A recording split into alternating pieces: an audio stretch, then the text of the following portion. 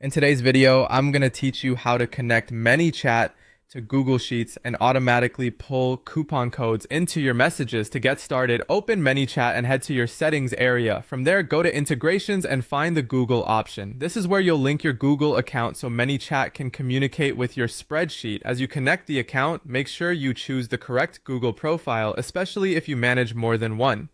Also, be sure the spreadsheet you plan to use is accessible from that account. Otherwise, ManyChat may not be able to find it later. Once the integration is connected, move over to the flow where you want the coupon code to appear. Inside that flow, add an action block. This is the part that lets ManyChat perform a task behind the scenes before sending the next message. When you choose the action block, select Google Sheets as the action source. This tells ManyChat that the next step will involve reading data from a spreadsheet. Next, choose either Get Row or Lookup Row from your coupon spreadsheet. The option you use depends on how your sheet is organized. Get Row is helpful if you already know exactly which row should be pulled.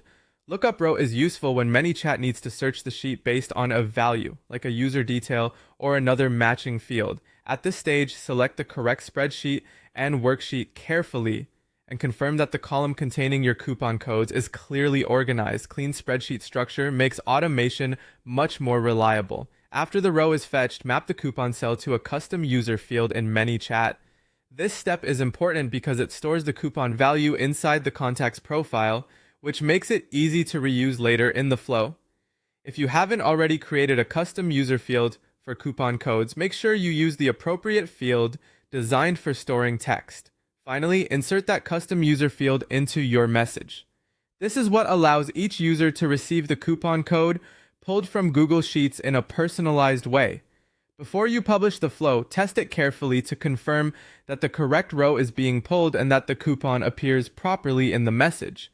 If something doesn't look right, double-check the spreadsheet selection, the row method you chose, and the field mapping.